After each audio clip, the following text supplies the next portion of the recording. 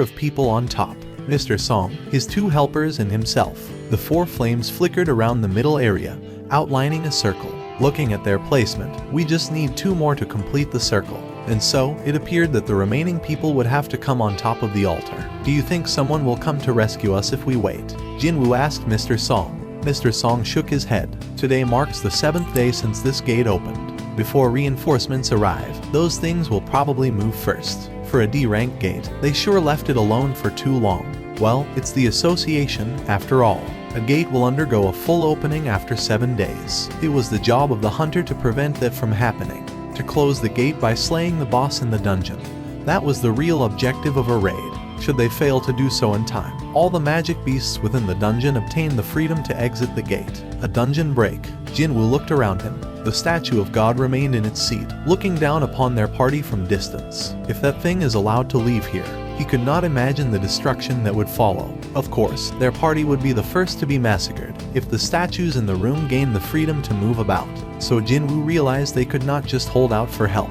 Jinwoo called out to Juhee and Mr. Kim. Can you two also come up here? Juhee followed his instructions. Even the hesitating Mr. Kim quickly followed suit. Two more flames appeared, completing the circle. Whoosh. The hunters gasped. Huh? What's happening? As Jinwoo expected, something was happening. It's coming. From the outermost circle of the middle area, small blue flames started appearing. One by one, they flared into existence and formed a circle around the middle area. 34, 35, 36. Jinwoo counted 36 blue flames. The red flames that match the number of people. The blue flames that number 36. Is there a meaning to their number? In that moment, creak, the door blocking their exit opened without a warning. The hunters flinched in reaction. Every single one of them wanted to run towards the exit. But the memory of the final moments of the singing hunter remained fresh in their minds. And no one made any movements. They did not know what fate would await the first person to leave the altar. As if waiting for an answer, all their gazes fell upon Jinwoo, who closed his mouth in silence. It was too early to make a conclusion, whether or not the opening of the door was a trap, or if it was the dungeon's way of letting them know that they had fulfilled the final commandment. He did not know. As the hunters waited for Jinwoo's directions, noises that carried bad news came from edges of the room. The 6 heads turned in unison, looking around the room. What the hell? They've come closer. They're all just moved. The hunter's breathing quickened. The statues that only responded to humans being nearby suddenly appeared to be few steps closer than before. In that short time, Jinwoo was able to fully ascertain the situation. No, the statues didn't move. It was the pedestals beneath the statues that moved closer. The sliding sound from earlier was the sound of stone pedestals grinding against the floor. They've stopped moving. Mr. Kim wiped away the sweat on his brows. As everyone else's attentions were focused on the statues, Jinwoo looked at the blue flames around them. Disappearing one by one, 3 blue flames had already gone out. Jinwoo raised his head. The sound came from his direction. The statues that faced him had moved closer. Why only me? Was it because he had looked away? Jinwoo closed his eyes to test the theory.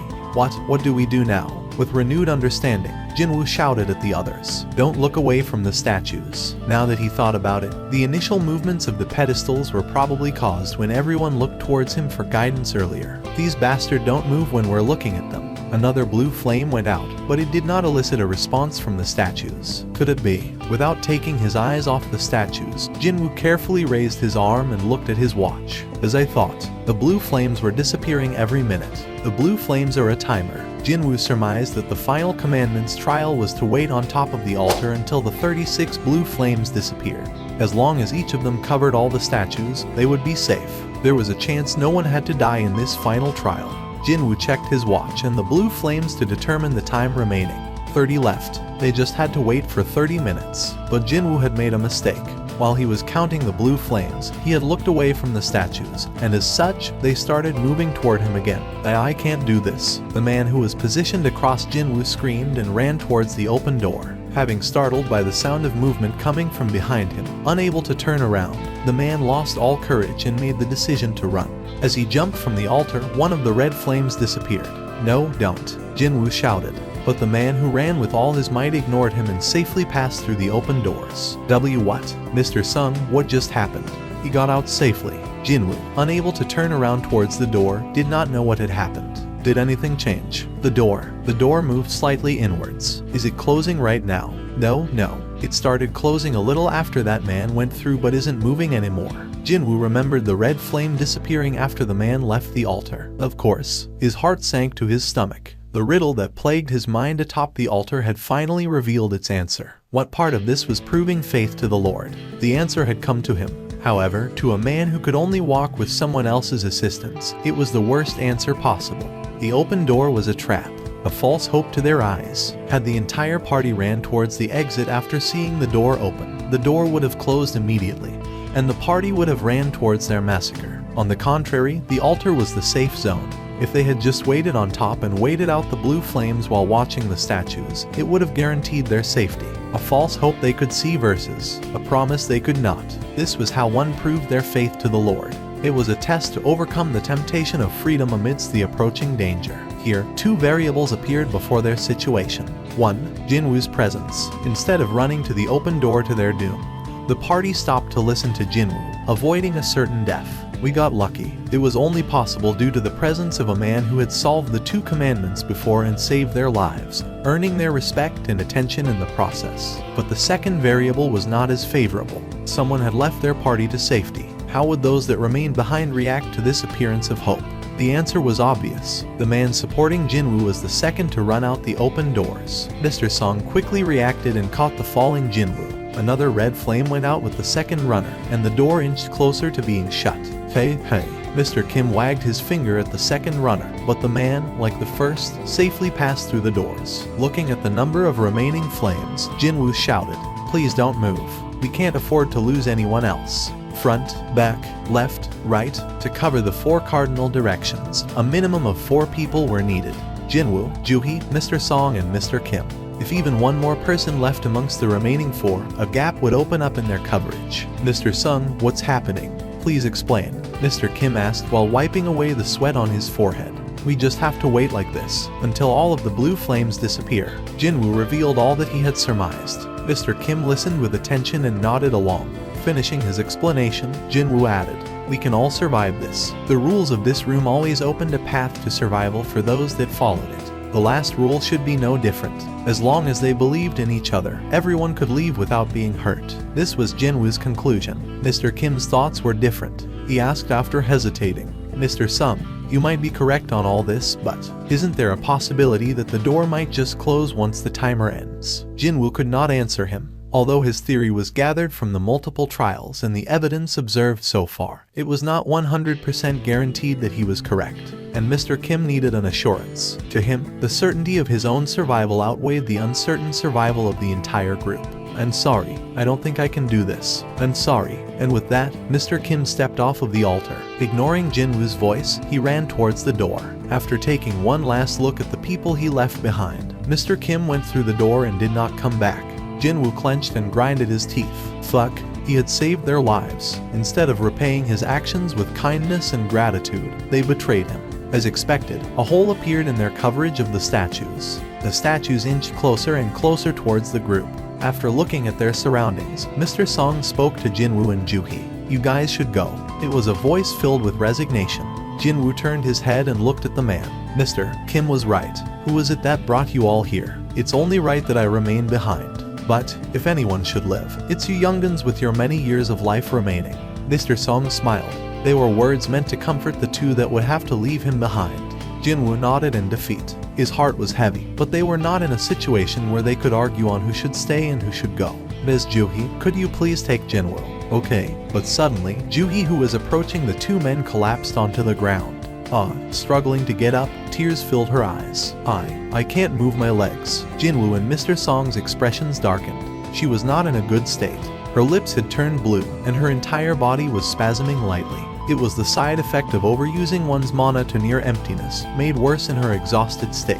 "Only because she tried to heal my leg." Jinwoo struggled to speak as the guilt weighed heavily upon his heart.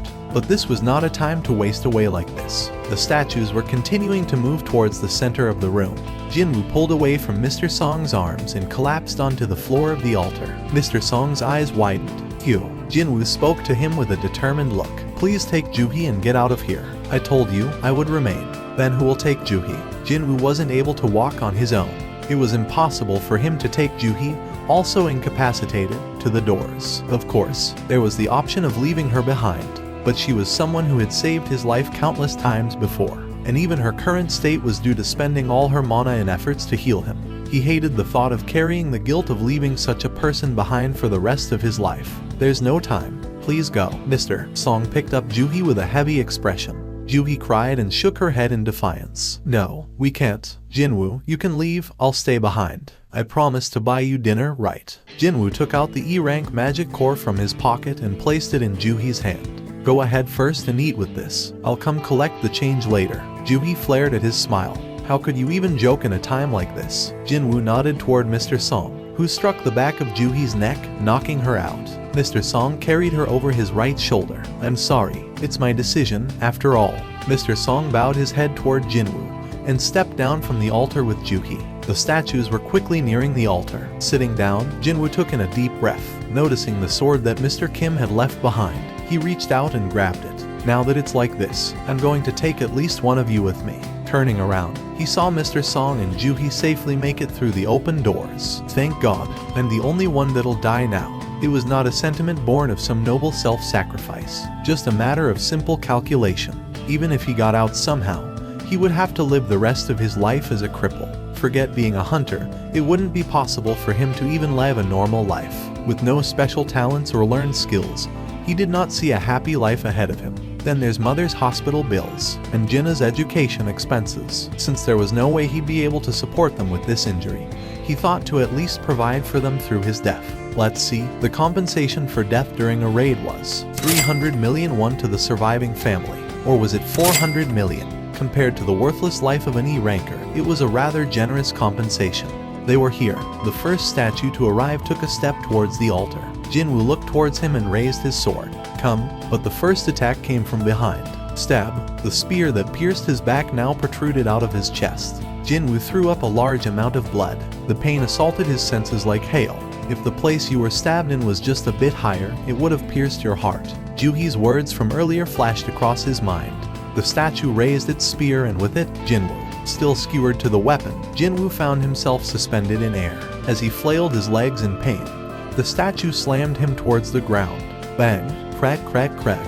He heard the sound of bones breaking throughout his entire body. There was nowhere he did not feel pain. One by one, the statues gathered around the convulsing Jinwoo, who glared up at them. I don't want to die like this. As death crept closer and closer, tears formed in his eyes. His family appeared in his mind. Juhi, who worried for him until the last minute, also appeared in his mind. I don't want to die. To end his life at a young age of 24. Step. A statue wielding a sword walked towards him with an expressionless face. Even as his entire body shook, Jinwoo did not look away from its gaze. Finally, the statue's raised sword fell down towards him. Just one more, if I had just one more chance. Jinwoo's eyes widened at the falling sword. It was in that moment, as if someone had pressed the pause button on a video, the falling sword stopped before his eyes. No, not stopped. Slowed to a crawl, almost as if it was stopped. Millimeter by millimeter, the sword was definitely still coming down at him. He could not hide his surprise. Then, a female voice he had never heard before in his life rang throughout his head. Secret quest. Fulfilled all conditions. He had no idea what it was saying.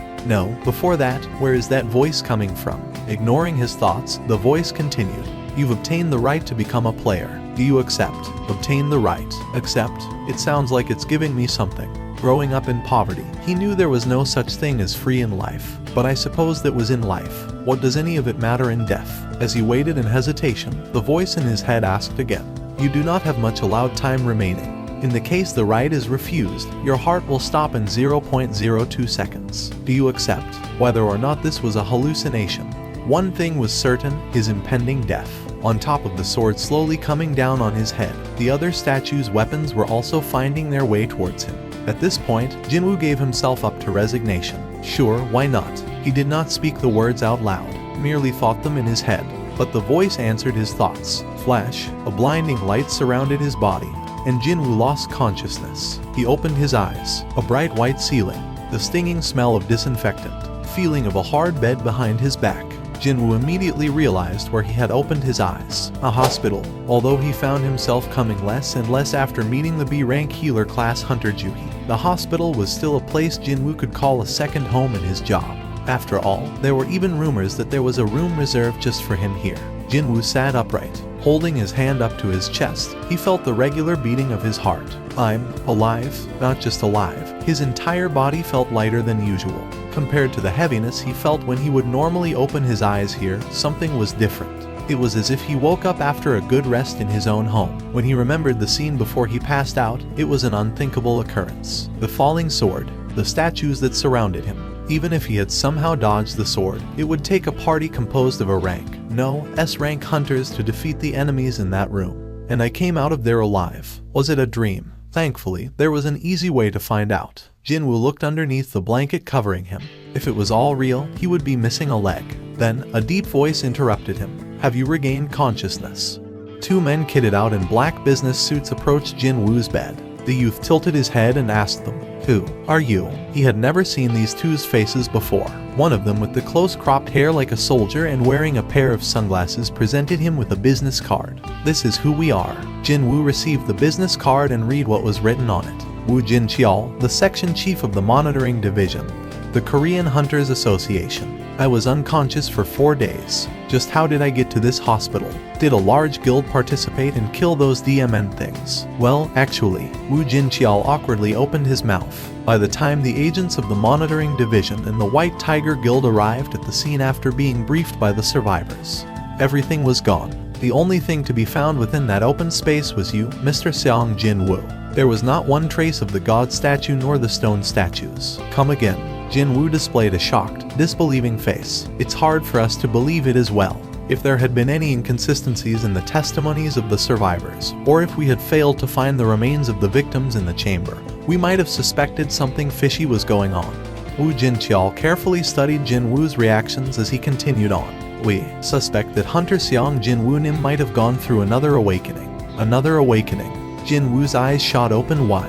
Although extremely rare, there had been instances of a human who had awakened his or her abilities as a hunter going through yet another awakening.